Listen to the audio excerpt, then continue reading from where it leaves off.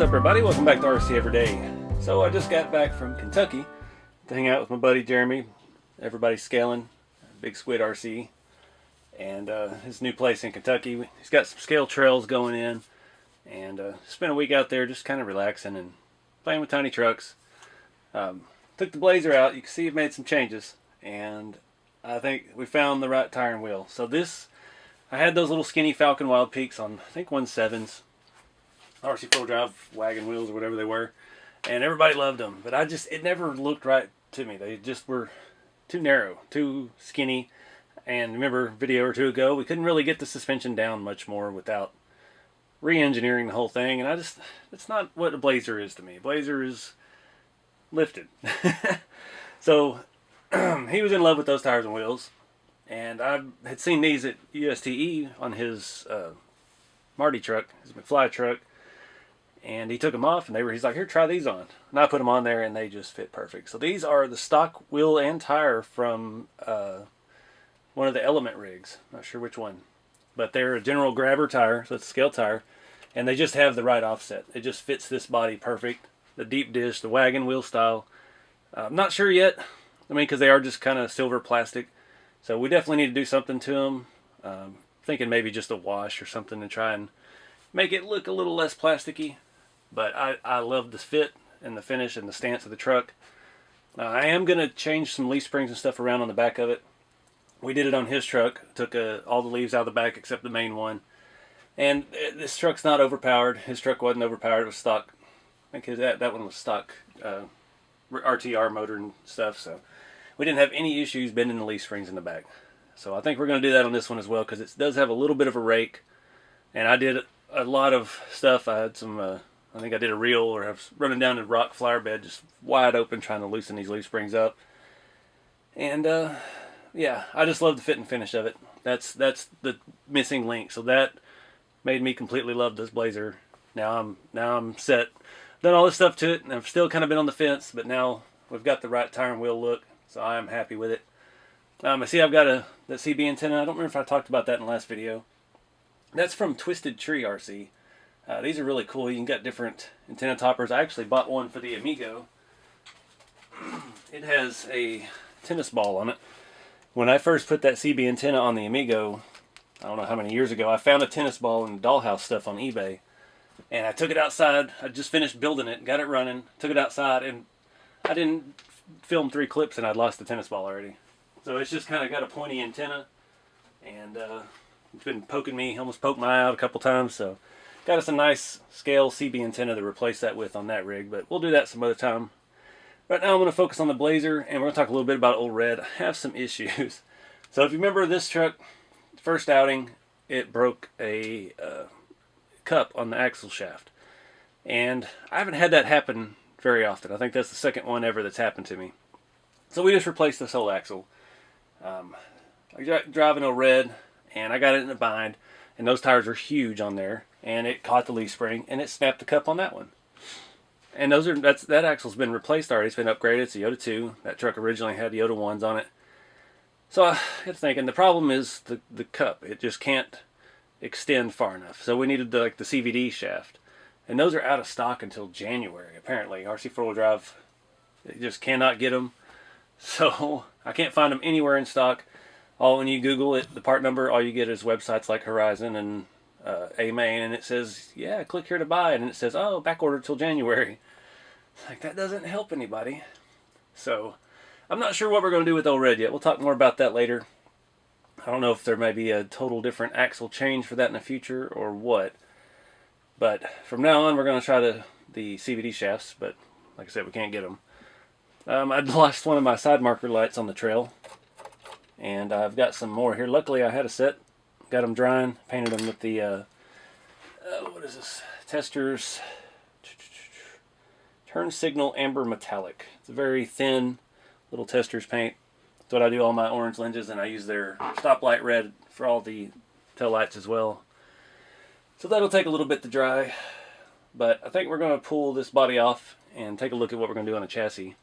So you remember this whole build started out, used truck. We did the tiny truck nuts, transmission relocation kit, I guess we'll call it.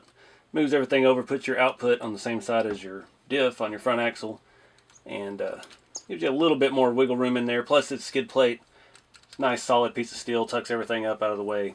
Had no issues whatsoever with that. I didn't get bottomed out or stuck on anything, especially with these little bit bigger tires too. But these leaf springs still aren't quite broken in. The front, obviously, is, you can tell our shackle is angled backwards a little bit. Our rear, pretty much straight up and down. There's just not as much weight on the back, even with the blazer body and the hard top and the few little things we've got on there. So I think that's going to fix our problem right now. I know a lot of people don't like running that because you do get axle wrap, but I've only ever had that happen like on my Amigo, because those TF2 short wheelbases only come with one leaf spring.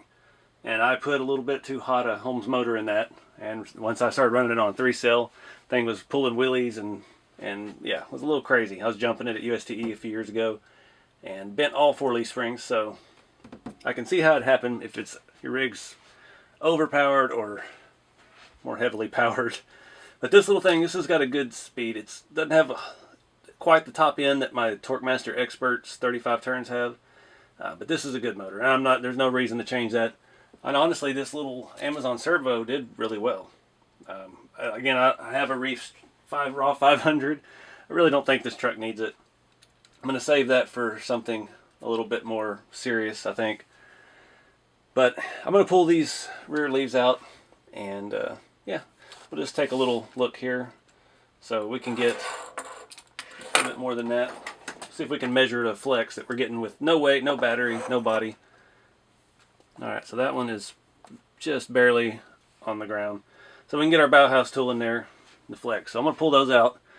I'm going to do it from the top. I'm not going to take the whole leaf spring thing off. You can get a wrench in there, usually. Get a nut driver. Just barely on those. Yeah.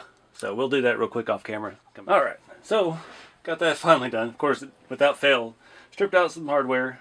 Both screws on the driver's side were Loctited pretty well. So I just take the Dremel with the cutoff wheel and just cut giant flathead lines in them and backed them out with a pretty substantial sized flathead screwdriver. And it worked pretty well. Got the leaf springs out. Got it all back together, replaced the hardware, and we've gained a little bit of flex on here. The springs, again, still not broken in, but they're going to break in a whole lot faster now that we don't have that secondary leaf on it. But like I said, the fronts are already getting softer, so we're going to leave those leaves in for now and just rock it like it is. So I've got this shoved in here. That's off a little bit. A little bit. There we go. So we've gained almost half an inch, let's say. Not bad. Once we get a body and a battery on there, and it should hopefully set more level. So another issue I'm having, I've got a tremendous amount of steering slop, and I've tightened everything. One of my screws was a little loose just from driving 1,600 miles in a car, but all my slop is coming from my actual servo horn, and it feels like it's the entire gear in the servo moving. So we may have some issues with this little cheap servo. You can see it's not just pivoting back and forth, it's wobbling a little bit. I'm not sure, maybe this isn't even the right size spline for that servo. I don't know. It's not that bad. So we'll leave that for now until we sort out our servo situation, because it all kind of ties together. I said I got that Raw 500 Reefs. I don't need one that serious in this truck. I've got a 444 in Old Red. Old Red has maybe time for bigger axles, so maybe a bigger servo would go along with that. And then we could borrow its 444 and put it in this truck. Maybe. We'll see. Alright, so now it's setting nice and level. I dig it. Next for the Blazer, I'm going to look at doing some of the wheels. I'm still waiting on the blinker to dry. So I'm going to show you some footage that I filmed out there in Juicebox Holler. It's Jeremy's scale course. He's got, it's the starts of a great trail. It's got a lot of neat little features, and it's kind of neat the way he's setting it up. There's not really a trail. It's just, you go out into the woods and there's a spot here and a spot there, and he's growing each spot. So eventually they will all interconnect, but right now they're all kind of different obstacles. And yeah, so I'll play some of that here, give y'all a look at that.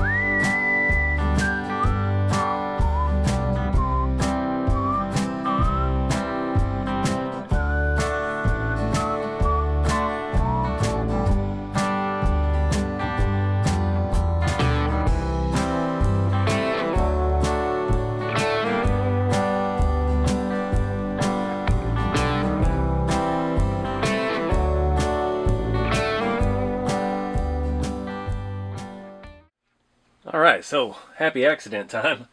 I got this new stuff. That's something else we'll cover here in a minute. Me and Jeremy went shopping a little bit. Went to a hobby shop I'd never been to before while I was out there. And I got this AK Ultra Matte Varnish. And I just put it on here to see what it looked like.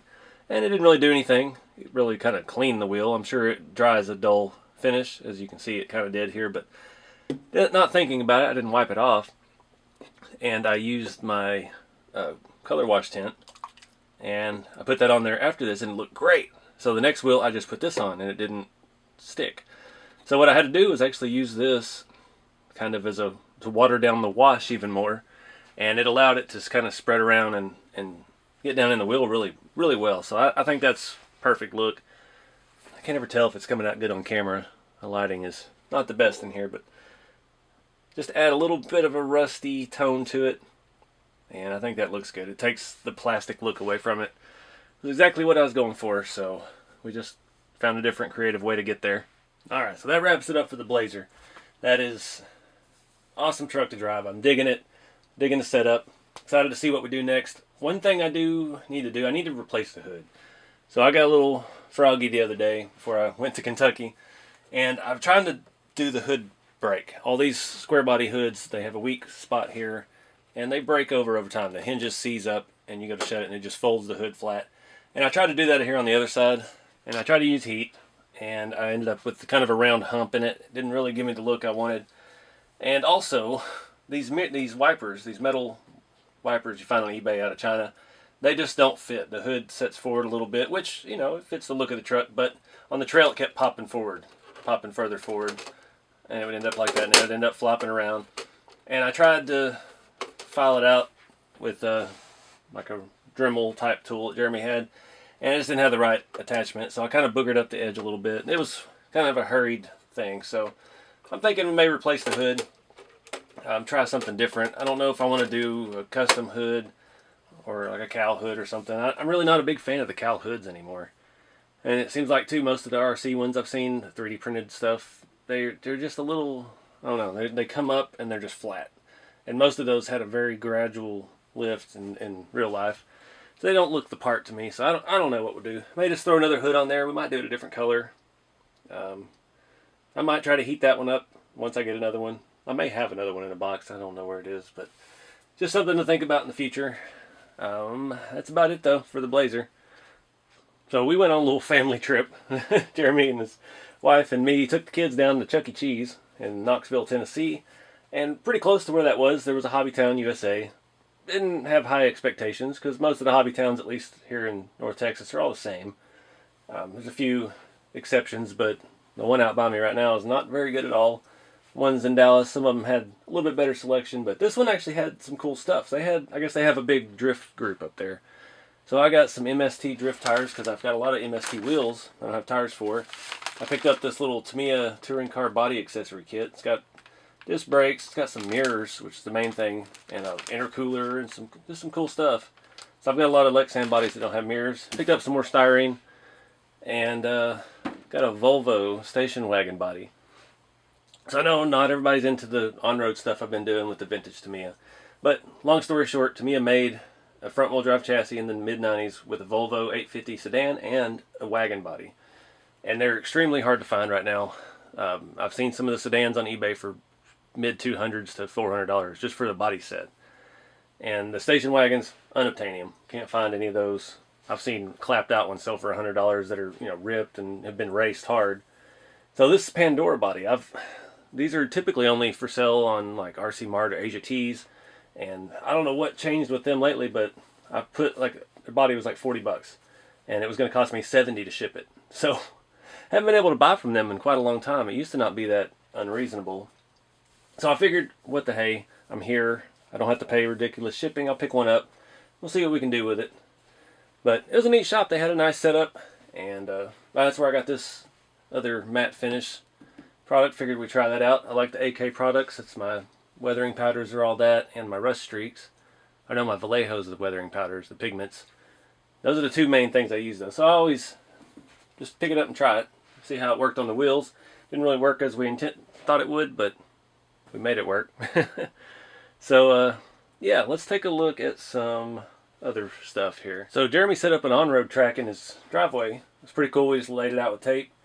And yeah, did some racing. I had this brand new Kyosho Phaser 2. I don't know why I bought it. I've had the hots for a Challenger lately. I got the Mini Z and I've been looking at real ones, but they're a little out of budget. So figured I'd get me a 10th scale. And yeah, stripped out the spur gear. And primarily because I was running a 3-cell and this thing was cooking. It's all stock, brushed motor. I had a hot little 3-cell in it. And we were driving pretty hard. The body is pretty hammered. It scraped the air dam completely off. And it's got some pretty serious damage on it. So, I don't know. But the car was running good. It handled pretty good. It was just severely overpowered. It kept walking the back end around. And Jeremy was wiping up the floor with me with his associated unicorn. So after I destroyed the gear on that, I got my, this is my Tamiya XV01 rally car. This is the only other on-road car I had. And it's got brand new rally block tires, as you can see by the one hanging out here. And that was a lot more manageable. I put a big 2-cell in it. And we were very evenly matched. That car handles phenomenally, especially with as high up as it's set. And the giant rally block tires on concrete. And we had some good times with that. Don't really know who won. We were both... There's a lot of good footage on his video, so be on the lookout for that if it's not already out. But yeah, that was fun. And that was no fault of his, that damage. That was strictly just ran off on the opposite side of the track, probably about 40 feet away. And I just caught the edge of some of the retaining blocks for the patio, or the flower bed, and it just popped the A-arm out. I'm pretty sure it'll pop back in. Just got to take some screws out and remove some mounts, but I hadn't really gotten a chance to get it back into that yet because of all the crawler stuff we got going on. So we got all red out. You can see the current situation. Another broken axle shaft with the cup on the end. And like I mentioned earlier, they make the CVD shafts for the Yoda 2 axles, and they're out of stock till January. Back ordered everywhere. Couldn't find any. Not sure if there's any off-brand equivalents out there. Considered like a Boom Racing axle, because I remember I've had their fat axle. It's pretty much a Yoda 2 with the upgrades in it already. I had one before, but again, the only place I can really find those is like RC Mart. The only thing I can think of is I've got a couple broken Yoda 1s and 2s sitting around. Maybe we can steal a shaft out for right now out of one. I'm not sure which side broke on the last one I broke. So maybe we can just piece one together out of all the parts we got. Because remember, the Blazer broke, I think it was the driver's side. So we may have a good passenger side shaft that we could swap in there. That housing was pretty well toast. The screws on the C hubs and knuckles were stripped out. And we're just held together with gobs of RTV, it looked like. But it's really not worth fixing. I mean, we've talked about it in some of the comments on that video. People have got ideas and things. And I get it, if you're really in a pinch, you could probably make it work. But I've already replaced that axle, and I'm not worried about it. I'm just going to hold out for those upgrade shafts. But I don't know what to do with this truck anymore. So that's got me thinking. Somebody sent me a picture. They bought a used TF2 that had the Rockwell axles from RC 4-wheel drive on it. And it didn't look bad. It looked kind of cool. Still leaf sprung. You had the disc brake on the hub. Big beefy axle. So I don't know. I mean, I've considered this truck done. I've considered retiring this truck because this was my very first Trailfinder 2. Fully linked. I mean, it's got every bell and whistle that I could swing over time. But most of it's pretty dated stuff now. And we got the roll bar I made and the bumper off of something else that I made work. And just, it's got a lot of history, a lot of character. And I don't know really what I want to do with it. I love it the way it is, but I don't want to keep bunch of stuff keep breaking on it. So I don't know, if I could just get those shafts, those CVD shafts, I'd just put some on it and call it good. But I don't know what other axles are out there. Comment below if you know what other axle swaps have you seen done on the Trailfinder 2, even with the link stuff. So they kind of got to have the same setup. I mean, I guess with the 4-link and the 3-link we could swap on like an axial axle or something like that, but I really don't want to use plastic. This truck's all metal. I want to keep it all metal. And I want something bulletproof, and I'm not going to buy, $120 axle set for axial and then have to buy housings for it and all that. Yeah, so I don't know what to do with that. Maybe some of those Curries or something, those Vanquish axles. I don't know. I've never dealt with any of that. So I'll have to do some research on that. But comment below what you think would look good under this truck and perform better. Because it's such a good truck. And I hate to just shelf it because it does mean a lot to me. It's been through so much, broken so many times, and just keeps trucking along. But we did do a bunch of crawling with this. The first spot we went to was gorgeous rocky creek in the mountains. We just wandered away from his house and ended up down almost to Tennessee. I think we actually were in Tennessee. The road on the map ended before we stopped, and we got to this really cool spot. And yeah, I'll show you some of that footage here now.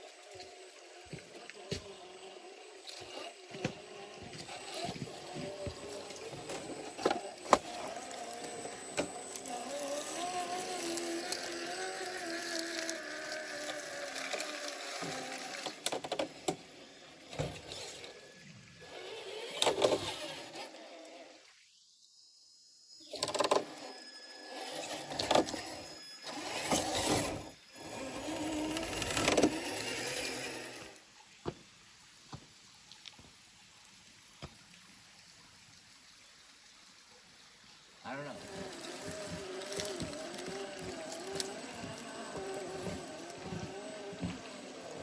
There ain't no rocks to be on.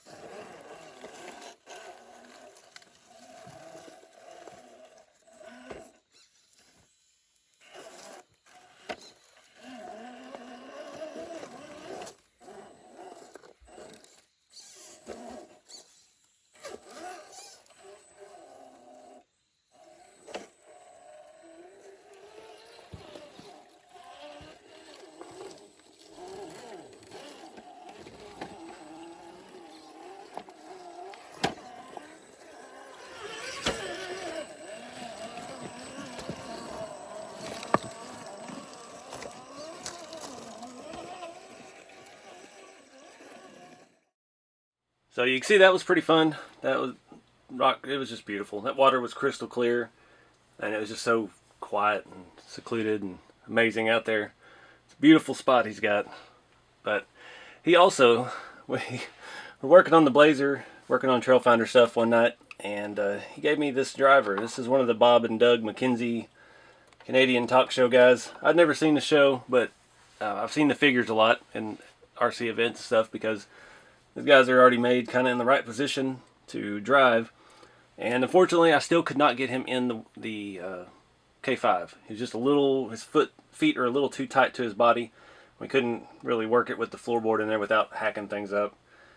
And I just didn't feel like tearing the interior out while I'm out of town and cutting on stuff and all of that. So I did it to the Winnebago instead. The Winnebago's been done for so long, and it's just so much fun. And this seemed like the right character for this. I mean, we've got cases of beer everywhere in here. We got a cooler. This is a really nice scale cooler. And you take the beer out and the lid will actually fit on it. And he's holding the beer in his hand and holding the steering wheel. He sits a little high in here because when I did do the suspension on this, and to actually get it as low as I got it, I had to raise the front driver's seat up probably ½ an inch. So when you look at him at the front, he's just a little bit, he's at the top of the windshield. But it's all about perspective. He fits in there perfect. He's holding the wheel perfect. It's just freaking hilarious. He looks like he's just vegged out of his mind. And I did a reel on Instagram with that. It's pretty cool looking. So been doing a lot of reels on Instagram and Facebook, trying to bring new people to the channel. But thanks to Jeremy for the cool scale driver. It's super detailed. I can't pull him out because he is fully wedged in there. I did have to cut some of the floorboard out and trim some of the carpet back so his legs could go right where they needed to go. And he is firmly wedged in between my billet steering wheel and that seat. And yeah, he's not going anywhere. It's what this has been missing. It needed something, needed some updates, needed some more detail. All this stuff will probably fly around in here. I threw all his beer bottles in the sink. He's got a, looks like a donut or a half-eaten bagel or something. They come with a lot of accessories, so it's pretty neat. I know they were getting kind of hard to find. I was really surprised they gave it to me. I just handed it to me. It's a good friend. But I guess that about wraps it up for my Kentucky field trip. Hanging out with Jeremy. It's always a good time. He's a great dude. His kids are awesome. They started calling me Uncle. It was pretty cool. Never had much interaction with kids in my life, so still warming up to it, but it's a lot of fun. And it's just a beautiful spot. Get out and crawl, and yeah, get some nature time. But I'm loving the Blazer. I know a lot of people love those other tire and wheel, but this does it for me. This is what I would drive in real life. That's the way I build these trucks, to the spec that I could A, afford, and B, like. This is probably in real life, I'd say 4-inch lift, 35s, 15x10s, just, you know, budget stuff that we grew up seeing. It's nothing's fancy. They're just some old silver wagon wheels you get at Pep Boys. We got General Grabber, so they're not the most expensive tire, but they are still scale tire. I've got a cooler stuck in the back, an old Proline one that's been passed around through millions of people. It's all beat up and glued up. It fits the truck. So other than fixing the hood on this, I would like to get a different steering wheel. I'm out of other steering wheels off of all my parts trees that I could find, all the axial wheels and stuff. So I've got to be on the lookout for some of those. And I don't really know what else to do. I might like to put a back seat in it. I had a back seat in my other Blazer. It was a weird resin cast one. It was beautiful though. It was really nice. I made some aluminum brackets, but they were only available for a short time. By the time I had the video out, they'd already quit selling them because I guess it was a lot of work with the resin casting. And they were a little bit of work to fit in the truck, and you got to let resin dust, and it was a pretty messy process, but it looked cool. And if I do a back seat, it'll have to be red to match the door panels and not match the front seats. But I'm digging it. And my antenna wire on this, I don't know if I ever talked about that. It comes with about 5-6 inches of wire, and it just runs through the back window, goes down to the floor, and I've just got it stuck underneath the cooler. So we'll just pretend it runs all the way up front. But other than that, the hood, I think I will go ahead and paint the inside black somehow. I'm not sure if we'll try to spray that. It's going to be a little tricky with the door panels, the Shrink RC door panels, because they are glued straight to the body on the inside, so we'll have to do some masking with that. With like TF2, that new interior is almost like a bowl, so you can pretty much just leave it in You don't have to worry about overspray on your windows, and you can just rattle can it. I'm toying with the idea of the front inner fenders. I'm not in love with the Lexan ones. I've had them before on something. I think it was the Land Rover Defenders, and they just, it's Lexan, and yeah, I don't know. But we definitely need to get something in there. We need to just start doing more and more scale stuff with it, because it's driving and looking right. So I'm just going to keep on keeping on with it. As far as Old Red goes, I don't know. But again, comment below what axles you think, what's out there that you've seen successfully swapped onto a TF2. And again, I want this truck to keep this vibe. It's still a more weekend warrior crawler. It's not, you know, super high dollar. It's low buck. It's beat the snot. But we need to upgrade our axles a little bit. So, yeah.